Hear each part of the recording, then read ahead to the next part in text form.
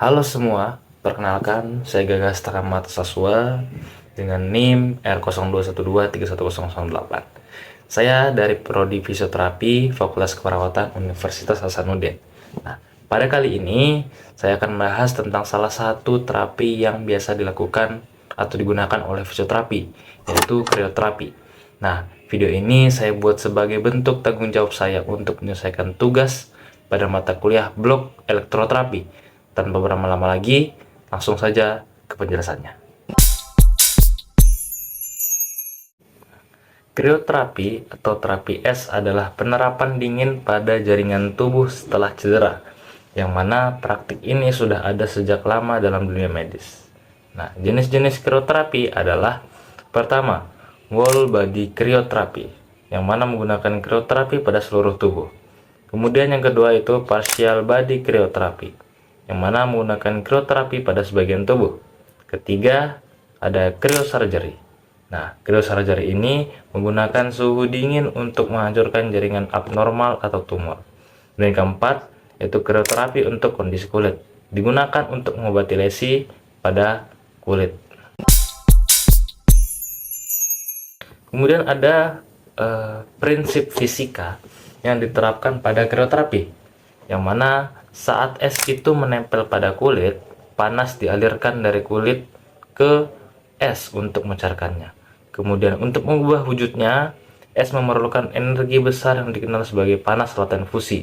Nah, panas laten fusi ini adalah jumlah energi panas yang dibutuhkan atau diperlukan untuk mengubah zat dari padat menjadi cair pada titik lelehnya.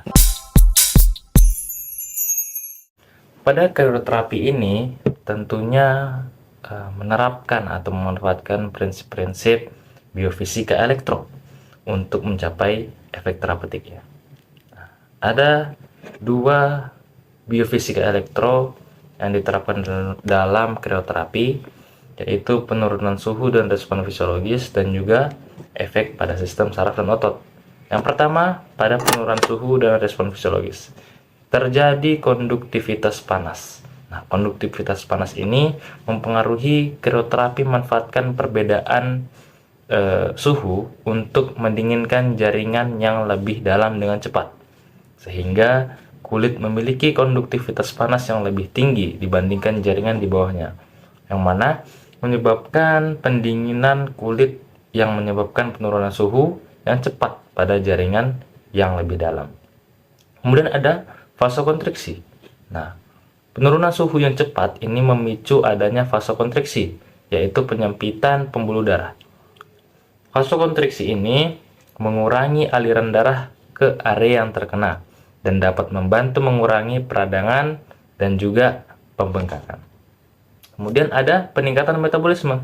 Nah, peningkatan metabolisme ini terpengaruh oleh suhu dingin, yang mana tubuh merespons penurunan suhu dengan meningkatkan metabolisme untuk menghasilkan panas dan mempertahankan suhu tubuh secara normal. Nah, yang kedua tadi ada efek pada sistem saraf dan otot. Terjadi pertama ada potensi akut. Nah, potensi akut ini terkait dengan suhu dingin dapat mempengaruhi potensi aksi saraf dan otot. Hal ini dapat menyebabkan efek analgesik atau pereda nyeri dan juga antiinflamasi atau pereda peradangan. Kemudian yang kedua ada transmisi sinyal. Nah, transmisi sinyal ini melalui penurunan suhu dapat menghalangi pelepasan zat kimia yang berperan dalam transmisi sinyal nyeri. Nah, seperti prostaglandin dan juga bradikilin.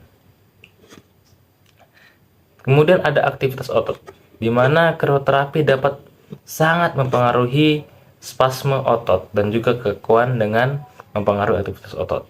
Nah, dengan penurunan suhu dapat memperlambat kecepatan kontraksi otot serta meningkatkan fleksibilitas otot itu sendiri.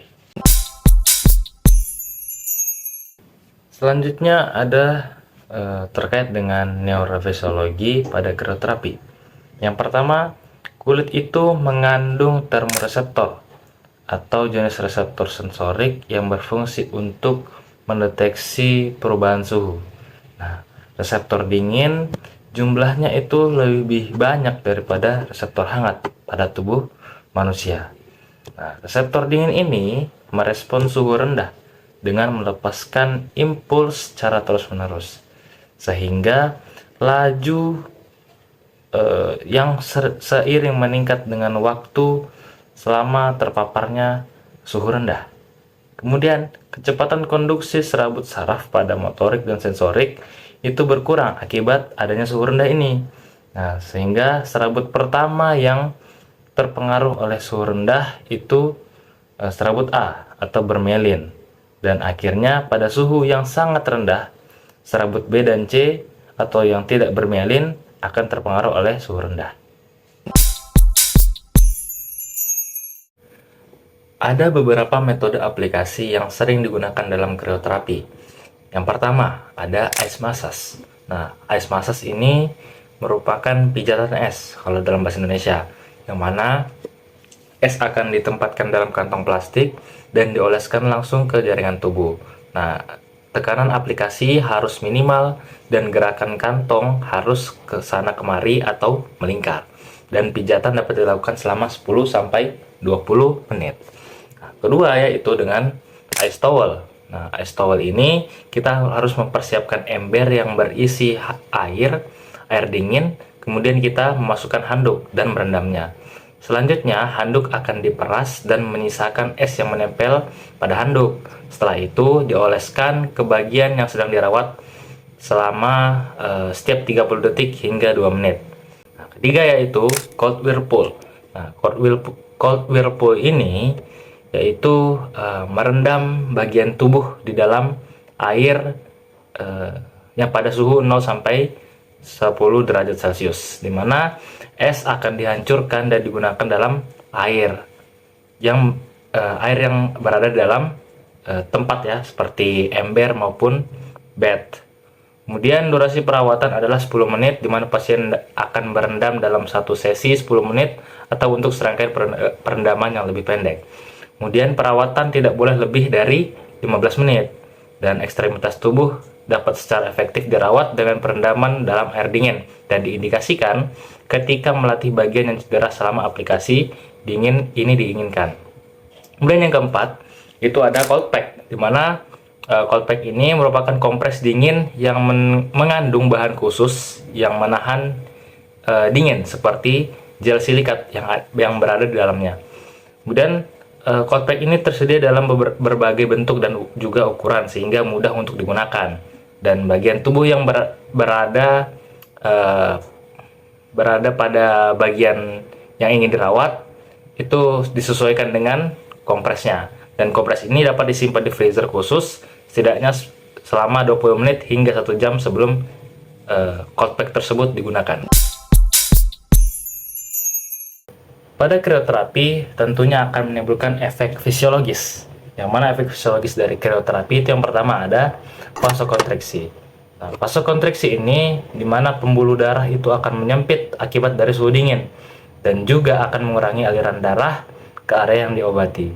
Nah, ini juga dapat membantu mengurangi pembekakan dan juga peradangan pada jaringan yang terluka. Kedua, itu ada penurunan aktivitas saraf. Tentunya suhu dingin ini dapat mengurangi konduksi saraf, yang mana sehingga dapat mengurangi rasa sakit dan juga ketegangan otot. Ketiga, ada penurunan pembekakan dan juga inflamasi. Nah, dengan mengurangi aliran darah ke area yang cedera, krioterapi ini dapat membatasi respons inflamasi pada tubuh dan juga pembekakan yang terjadi setelah cedera ataupun aktivitas berat. Nah, keempat, itu dapat meningkatkan proses pemulihan, di mana setelah terjadinya vasokonstriksi, itu saat tubuh kembali ke suhu normalnya, pembuluh darah akan melebar, yang mana akan meningkatkan aliran darah serta membantu proses penyembuhan dan pemulihan jaringan yang mengalami cedera. Selain dari efek fisiologis yang ditimbulkan dari krioterapi, tentunya efek terapeutik juga akan ditimbulkan pada efek krioterapi ini. Mana pertama yaitu pengelolaan nyeri. Nah, krioterapi ini ternyata efektif dalam mengurangi rasa sakit maupun nyeri, baik itu nyeri akut seperti cedera olahraga maupun nyeri kronis seperti artritis. Kemudian yang kedua yaitu dapat mengurangi peradangan, terutama pada cedera jaringan lunak seperti sprain atau strain. Nah, krioterapi ini dapat membantu mengurangi peradangan yang dapat memperburuk adanya cedera. Ketiga yaitu meningkatkan mobilitas. Tentunya dengan adanya pengurangan pembengkakan dan peradangan dapat sangat membantu meningkatkan rentang gerak dan juga fleksibilitas pada sendi yang terluka. Keempat, yaitu peningkatan kinerja. Nah, dalam konteks latihan fisik ataupun atletik, krioterapi ini dapat digunakan untuk mempercepat pemulihan otot setelah latihan berat ataupun kompetisi. Adapun indikasi yang dapat digunakan untuk menggunakan krioterapi ini, yang pertama pastinya itu adalah cedera akut pada jaringan lunak. Nah, krioterapi ini dapat digunakan pada cedera akut. Kemudian yang kedua yaitu myofascial trigger points. Kemudian yang ketiga itu muscle spasm atau spasme pada otot. Keempat itu muscle guarding. Kelima ada tendinitis atau peradangan. Kemudian yang keenam tenosynovitis. Ketujuh pembengkakan akut. Dan ke-8 bursitis, ke-9 post operasi ortopedik, ke-10 mengurangi suhu, dan juga 11 itu pada DOMS atau delayed onset muscle soreness. Selain indikasi yang ditimbulkan dari krioterapi, tentunya ada kontraindikasi yang akan ditimbulkan pada penggunaan krioterapi. Yang pertama ada CRPS atau Complex Regional Pain Syndrome. Kedua ada hemoglobinuria. Keempat ada krioglobulinemia. Keempat, penyakit pembuluh darah perifer. Kelima, gangguan sirkulasi. Keenam, Raynaud's disease. Ketujuh, urtikaria. Kedelapan, hipersensitif terhadap suhu dingin. Kesembilan ada anestesi kulit. Dan 10, luka terbuka. Nah, selanjutnya kita akan membahas terkait dengan guideline pada krioterapi. Seperti yang saya tunjukkan di sini, saya merujuk pada website Fisiopedia. Mereka mengklasifikasikan adalah masalah klinis itu ada 5. Yang pertama ada nyeri, kemudian ada inflamasi atau peradangan, kemudian ada edema, kemudian ada swelling intraartikular dan swelling pada ekstraartikular. Nah, pertama membahas tentang masalah klinis nyeri atau pain. Nah, tanda dan gejalanya yaitu nyeri. Nah, waktu untuk kita melakukan krioterapi itu pada fase akut 72 jam pertama setelah sembuh atau cedera. Dan tujuan klinisnya adalah untuk mengurangi rasa sakit. Dan intervensi serta mekanis aksi itu menggunakan S, yang mana akan memperlambat konduksi saraf para pesan nyeri, kemudian lebih efektif dan tepat untuk nyeri akut daripada nyeri kronis, dan tidak boleh digunakan jika dicurigai atau dikonfirmasi CRPS. Oke, masalah klinis yang kedua yaitu inflamasi atau peradangan. Pada inflamasi atau peradangan ini, tanda dan gejala yang ditimbulkan adalah panas, kemudian kemerahan, ada pembengkakan, nyeri, dan juga fungsi dari tubuh tersebut berkurang. Dan waktu yang digunakan untuk menggunakan krioterapi itu pastinya pada fase akut. Dan tujuan dari klinisnya itu adalah untuk membatasi luasnya reaksi dari peradangan tersebut. Dan intervensi maupun mekanisme aksi yang ditimbulkan pada inflamasi atau peradangan ini pastinya S, yang mana akan menurunkan laju metabolisme serta dengan demikian aliran darah yang dibutuhkan dari sel-sel yang awalnya tidak terlibat dalam cedera, dengan demikian mengendalikan tingkat reaksi inflamasi tersebut. Nah, kemudian menimbulkan juga efek vasokonstriksi yang pada pembuluh darah. Kemudian penggunaan kontras untuk krioterapi ini merangsang vasokonstriksi dan vasodilatasi efektif, terutama di daerah anastomosis aterovena. Kemudian bisa juga digunakan metode RICE, yang mana RICE ini paling efektif dalam mengendalikan peradangan bila diterapkan segera setelah terjadinya cedera. Ya, kemudian masalah klinis yang ketiga yaitu adanya edema. Nah, dari gejala yang ditimbulkan yaitu pastinya tidak ada panas, kemudian tidak ada kemerahan, dan edema pitting ini akan menunjukkan adanya sel-sel mati, dan serta tentunya ada pembengkakan. Nah, kemudian waktu yang dialami pada edema ini pada 72 jam sampai 7 hari. Nah, tujuan klinis dari pada edema ini pastinya untuk membantu fagositosis bahan sel mati, kemudian untuk mengontrol pembengkakan ekstraartikular, dan juga untuk mengatasi pembengkakan intraartikular dengan cepat. Kemudian intervensi dan mekanisme aksi yang akan ditimbulkan atau diterapkan yaitu kombinasi dari pompa otot yang membangkitkan atau kontraksi otot, dan juga pijat ringan lunak maupun elevasi dan juga kompresi. Nah, ini dapat mempromosikan pergerakan cairan ekstraseluler ke drainase limfatik. Nah, kemudian dapat meningkatkan sirkulasi yang pada saatnya akan meningkatkan fagositosis sel-sel mati tersebut. Nah, masalah klinis yang keempat yaitu pembengkakan atau swelling pada intraartikular. Nah, gejala yang ditimbulkan itu tidak ada panas, tidak ada kemerahan, dan kemungkinan nyeri dan juga penurunan fungsi otot ataupun atrofi otot. Nah, waktu yang pada swelling intraartikular ini yaitu setelah 7-10 hari, dan tujuan klinisnya yaitu untuk meningkatkan pertukaran cairan dari intra ke ekstraartikular, dan tentunya terkait dengan intervensi dan mekanisme aksinya itu menggunakan ROM maupun mobilisasi sendi. Masalah klinis yang kelima yaitu swelling pada ekstraartikular. Gejala yang ditimbulkan itu tidak adanya panas, tidak ada kemerahan, tapi peningkatan ketebalan jaringan, namun tidak ada edema yang pitting. Nah, waktu yang ditimbulkan yaitu setelah 7-10 hari. Dan tujuan klinisnya yaitu untuk membantu mengatasi pembengkakan, menormalkan gerakan, dan juga mengembalikan fungsi termasuk pada penguatan. Dan intervensi maupun mekanisme aksinya yaitu menggunakan kombinasi dari pompa otot yang membangkitkan seperti kontraksi pada otot, dan juga pijat atau masas, serta elevasi dan juga kompresi. Ya, baik.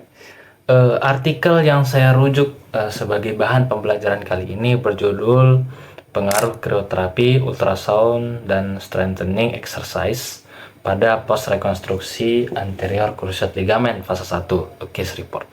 Nah, dalam artikel tersebut, penulis menjelaskan terkait dengan seberapa efektifnya modalitas fisioterapi berupa krioterapi, ultrasound, dan juga strengthening pada proses penyembuhan pasca operasi rekonstruksi ACL fase 1.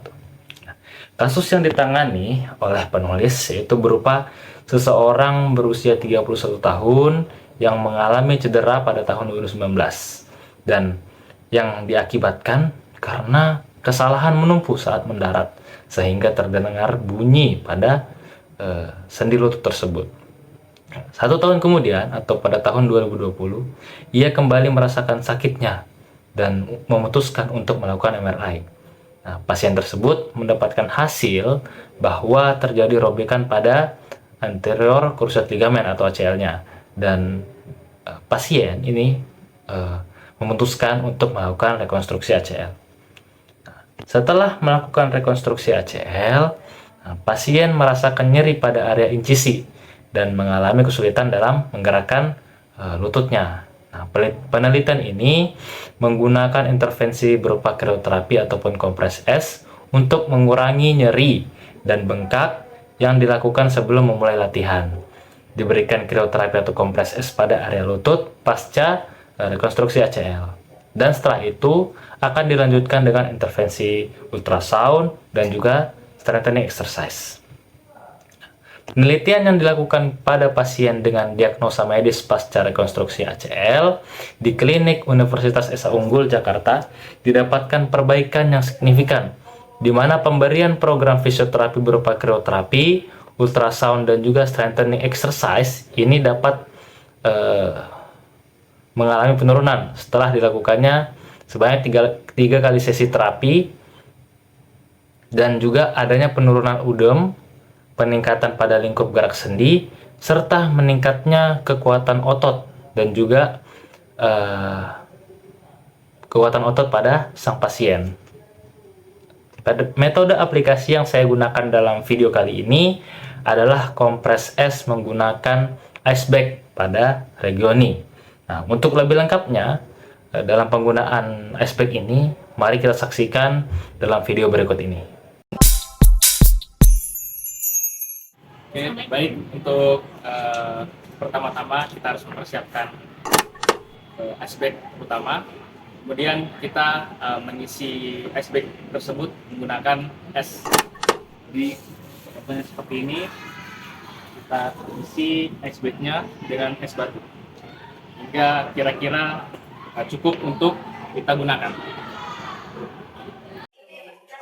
Nah, sebelum kita melakukan kompres es, kita akan melakukan tes sensasi, yaitu panas dan dingin. Caranya kita membaringkan pasien, kemudian mengarahkan pasien untuk tidak melihat antara tabung reaksi ini panas dan dingin ya.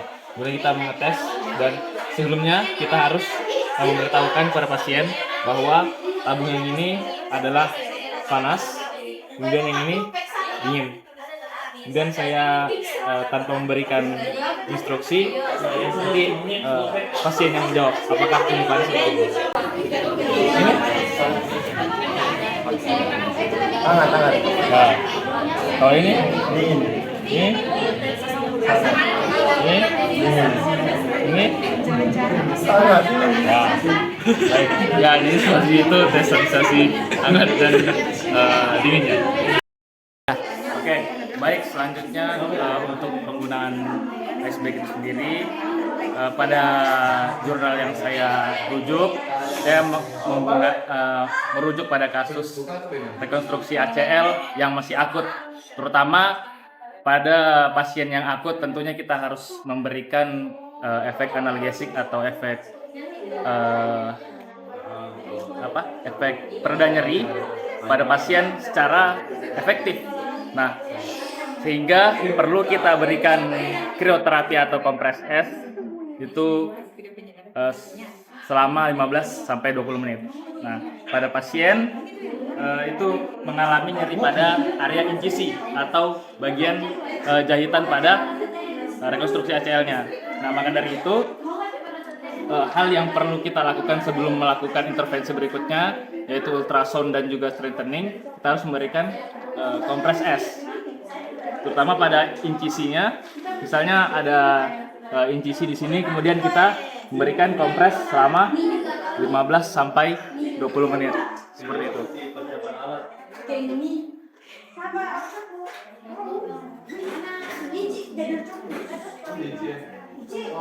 Ya, baik Pak, ini saya memberikan kompres dingin kepada Bapak. Kemudian apa yang Bapak rasakan selama kompres ini? Apakah rasa nyerinya agak berkurang? Yang saya rasakan ya nyeri berkurang. Setidaknya ketika saya ingin bergerak itu saya tidak terlalu serasa nyeri. Karena untuk pada pasien yang akut kita harus memberikan efek analgesik yang ekstrim, yaitu 15 sampai 20 menit. Untuk kita lanjutkan nanti ke intervensi berikutnya, untuk ultrasound dan juga strengthening exercise-nya.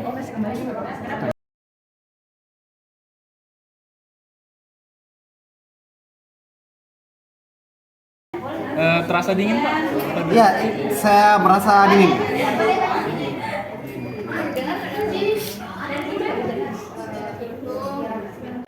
Baik, setelah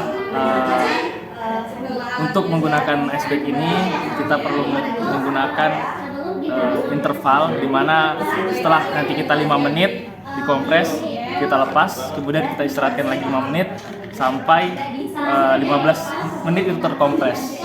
Seperti itu. Kompres lagi, kemudian setelah 5 menit lagi kita lepas lagi sampai 15 menit. Terima kasih telah menonton video ini sampai akhir. Hari ini kita telah membahas tentang krioterapi dan juga bagaimana efektivitasnya dalam penyembuhan pasien.